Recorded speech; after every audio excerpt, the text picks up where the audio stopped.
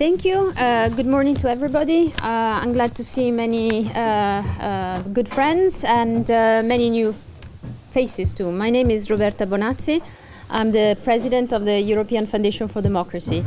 Our organization was established in 2005 with the view to address and contribute to understanding the ideology and the drivers of radicalization. That was at a time when these issues were, I wouldn't say not so popular, but certainly not debated to the level we're debating today. At a time when terrorism was a threat and was an issue, but it hadn't touched so many in Europe. It was either seen as isolated instances, which many considered as the result of some European countries' foreign policy decisions, or as very far away facts that were taking place in the region, in the Arab world in particular, but not only, thus in areas that did not touch Europe. Reality has demonstrated that terrorism and the ideology that drives terrorism is a threat that has no boundaries, no borders. It's driven by ideologies that are spread, expanded and supported both in the Arab and Muslim world and in the European or in the West. What I find, or what we find in our work that is incredibly important and a very welcome development is the way in which European organizations like ours are able to work and cooperate with organizations, individuals and partners in the Arab and Muslim world in a way that we've never done before, beyond superficial talks, but really understanding and discussing the issues at stake and the difference between religion and ideology, the political interpretation of religion that we've seen is at the base of creates the fertile ground and the environment that is an environment that is conducive to radicalization and terrorism. We felt that today more than ever was important to have an added dimension to this discussion, particularly looking at the developments that are taking place in the Arabian Peninsula. We're very privileged to have partnering with us two great experts. On one hand, Dr. Richard Birchall, who is the Director of Research for Trends Research and Advisory, an organization based in Abu Dhabi, with whom we've partnered and we've discussed, and we're looking at how to address these issues that affect both Europe and the Arab Peninsula. And on my left, Olivier Guitta, who's first of all a friend for many years. He's an analyst, a security analyst, and researcher and expert on policy developments in the Arab world, probably more broadly, but also on all aspects relating to terrorist ideologies. I'd like to start with a question, and that is, help us out. Can you set the scene? What's going on? I mean, we've seen what happened at the beginning of June. Several Arab countries severed diplomatic relations with Qatar.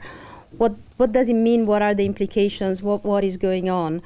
And on the other hand, we hear reporting these developments reported in the news with words such as human rights violations. Apparently Human Rights Watch and Amnesty International are talking about human rights violations in the region, food shortage. What's going on? Give us a picture and then we go into more detail of into the discussion. Richard. Okay, I'll start off with a small question. First off, thanks to Roberta and the FD staff for supporting us and putting this event on. And thanks to all of you for coming. Very much looking forward to the discussion of different views and perspectives on the event. If I may take a few minutes to set the scene, as Roberta asked, what we have is a situation where a group of states have cut off diplomatic and economic ties with another state. Now, if already you're saying, who is this guy? Yes, I'm going to talk about this in formal international law terms. I'm going to try to take the emotion out of it, which has influenced too much the debate so far. The reason for these measures being taken was a loss of patience, the need for action, in direct response to Qatar's continued support for terrorism and extremism. The first thing that Qatar came out with was, where's the evidence? And we've said, well, the evidence is quite clear. The UN Security Council has a sanctions committee that deals with funders of Daesh, ISIS, and Al-Qaeda. There are named individuals, named designated groups on these lists. These lists are adopted under Chapter 7 of the UN Charter. And again, I'm going to emphasize all this for the European audience. The European Union says it's a rule of law-based institution, so let's stay in that sort of theme. States are required to take action within their jurisdictions or to cooperate with others to ensure these groups are not funded and to stop the funding of these groups by private individuals. Qatar has done none of this, and said Qatar has, over the years, invited Taliban, Al-Qaeda to come and hang out in Doha. Quite often we hear, oh, that's for the reasons of negotiations. But then when you have the CIA chief in the USA publicly fuming, what are these guys doing in Doha? Why aren't they arrested? Because these are wanted global terrorists. Then we know we have a problem. And this is going back over 10 years ago now. Then we have continued evidence coming out of the region that fundraisers are essentially in Doha working through the government and what was called by the US Treasury Department a permissive jurisdiction for the funding of known terrorist designated groups. In 2013, 2014, the states involved in the current situation sat down with Qatar, came up to a private agreement for all parties to stop this activity, for all parties to cooperate. Qatar refused, continued to pursue its own path. The states, essentially, they took action. So we have a state in the region which is refusing to at least cooperate with the UN global system for countering terrorism funding and direct support for terrorists. They're taking action. It's a sovereign right of all states to do that. States are upset. The European Union's upset with what Russia's doing. Sanctions are imposed. The US has been upset with Cuba for 40 plus years. Sanctions and embargo are imposed. So the actions being taken are not unusual and they're not out of the ordinary. In fact, the states involved have yet to take any punitive sanctions. They have boycotted. They have said, we are not going to interact with Qatar. Now, every state can do that. No state is required to go and participate and play with and trade with somebody else if they don't want to. The point of these actions is to bring into the public debate and space this particular problem of the funding and support of terrorism and extremism, a problem that impacts us all. The Middle East region, Europe, the West, etc. I don't think we should have to go into explanations as to why this is a problem for anybody or why we should not be concerned sitting in this room for it. It is a global problem. Action needs to be taken because it just seems these things are just going on and going on. So the states in the region are engaging in their foreign policy, taking action against a recalcitrant neighbor, in the hope that neighbor will change its ways. And when we say change its ways, all we're saying is engage in the global system that is trying to bring an end to terrorist funding and support. So it's not a surprise. It's nothing out of the ordinary. It's just engage with the UN Security Council, engage with the sanctions regime, which the EU is also covered by. So that's all we're asking, that's all we're seeking to get done, is this engagement with the global efforts to cooperate in a shared area of concern. What's a concern for me as a researcher is looking at the extensive examples where Qatar has just openly not done anything. So known terrorist individuals on the UN sanctions list living in Doha openly. What should happen is they should be arrested, they should be questioned. If Qatar is unable or unwilling to put them on trial, then they need to be sent to a state who is able and willing. And the other states concerned in this situation have made many requests for mutual legal cooperation with the USA and other institutions. Qatar has made 0 requests, 0 prosecutions, and only 1 or 2 sort of symbolic arrests over the last 10 years where the individual was very quickly released.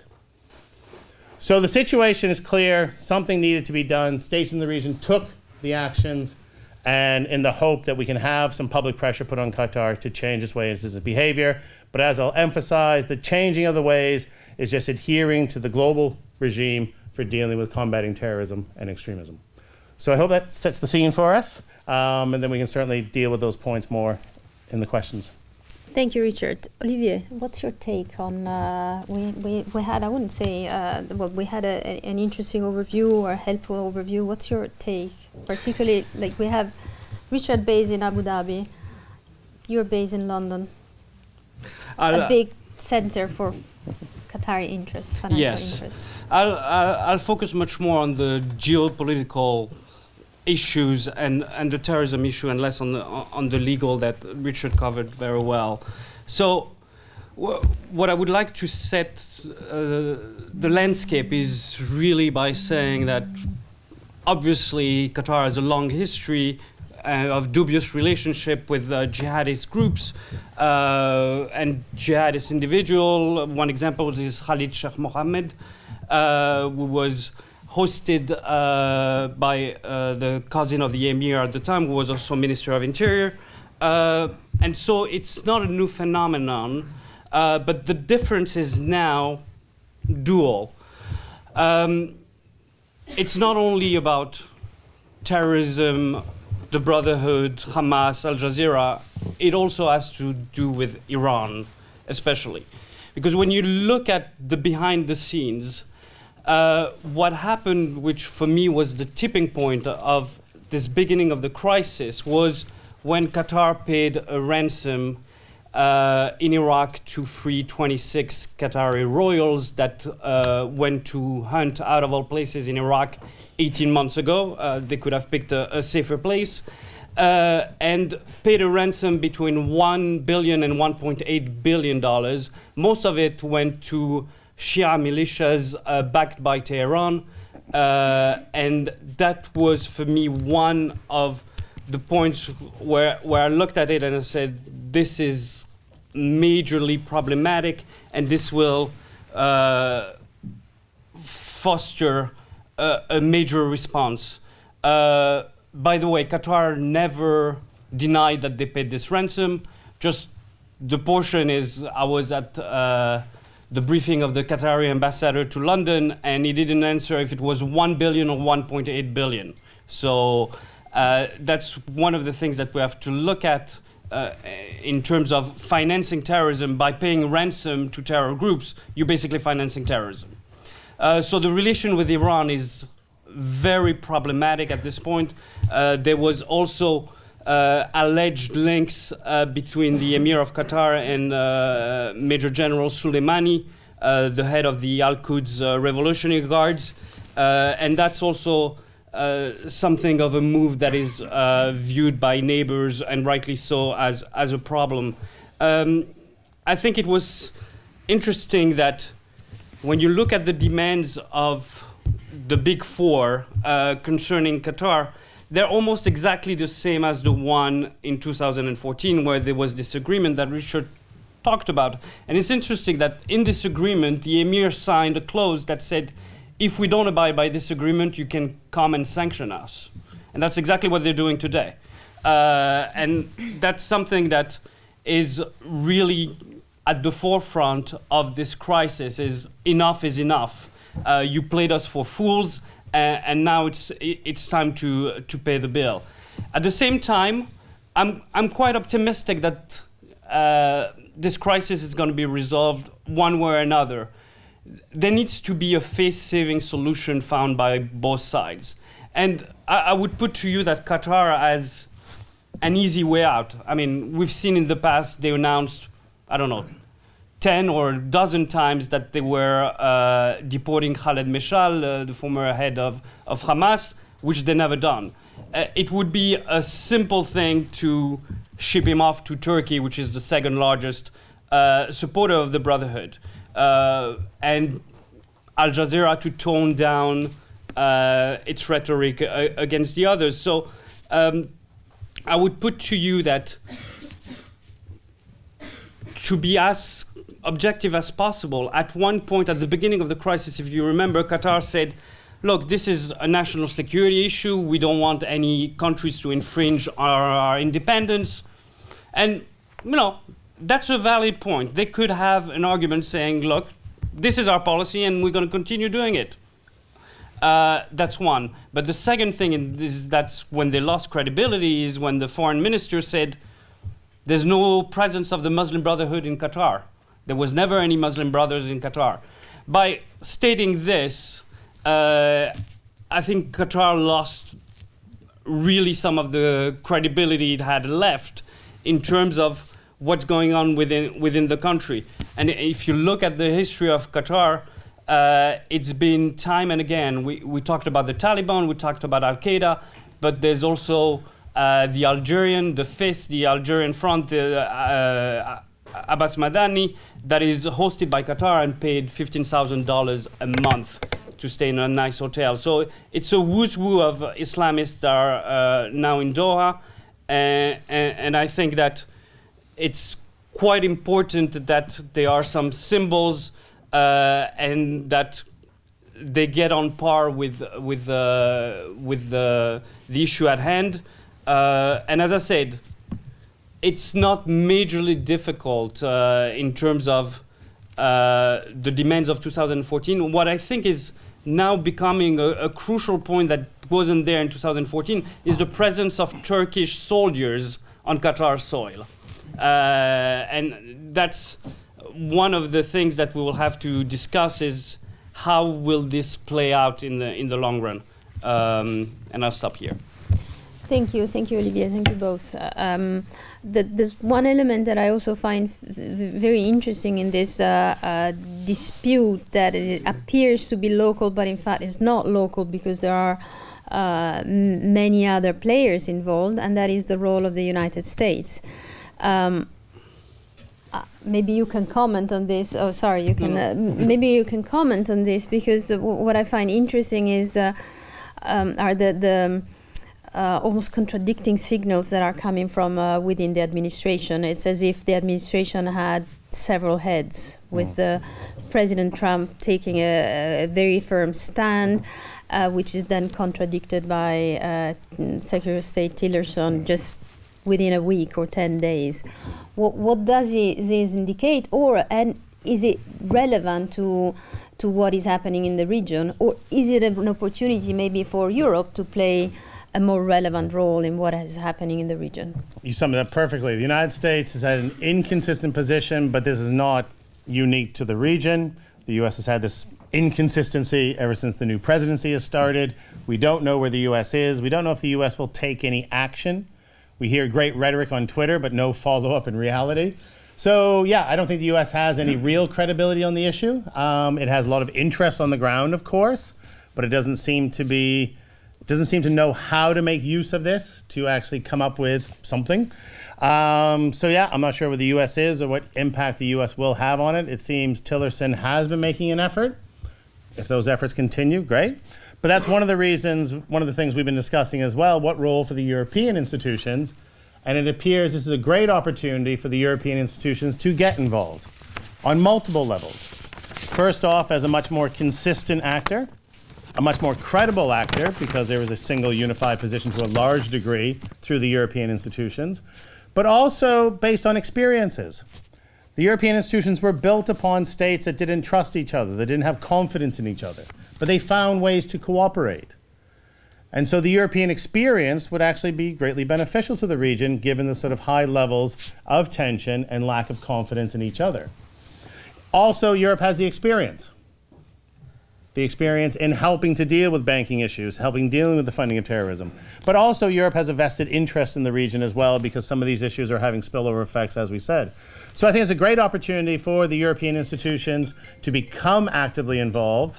I would strongly recommend that they do, because it'll help bring, again, more pressure, more discussion, more debate, but also bring a much more measured tone to what's going on. Olivier, just for you to follow up on the initial remarks, but also to have your perspective based in London with the financial community in London.